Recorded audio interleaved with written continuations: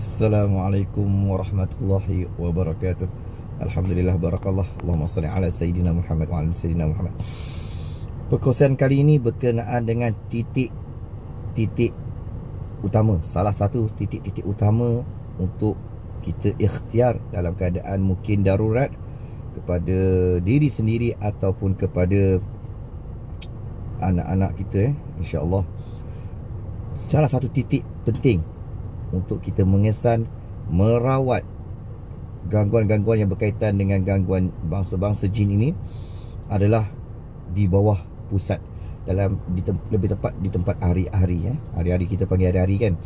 Jadi di situ untuk rawatan diri sendiri cukup kita tekan dan pusing kan, sambil kita pusingkan ikut lawan arah jam, dan bacalah ta'awuz, bacalah basmalah, bacalah al-surah al-fatihah, ayatul kursi dan 4 kul dengan niat, ya Allah, kalau benar ada ya Allah maka keluarkan, insya-Allah pasti akan ada tindak balas.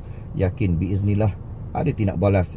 Dan jikanya ia berlaku kepada anak-anak yang histeria ataupun seseorang yang tengah sedang histeria, maka tekanlah di tempat itu dan seterusnya bacalah ayat-ayat Quran. Pasti dia dalam bacaan ayat Quran itu ada mukjizat kalam-kalam Allah. Nescaya titik ini merupakan titik yang besar yang akan memberi kesan kepada gangguan-gangguan, insya-Allah.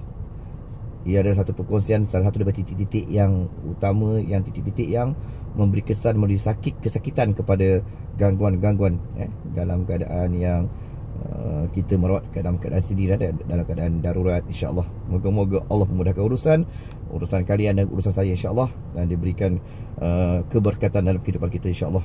Assalamualaikum warahmatullahi wabarakatuh.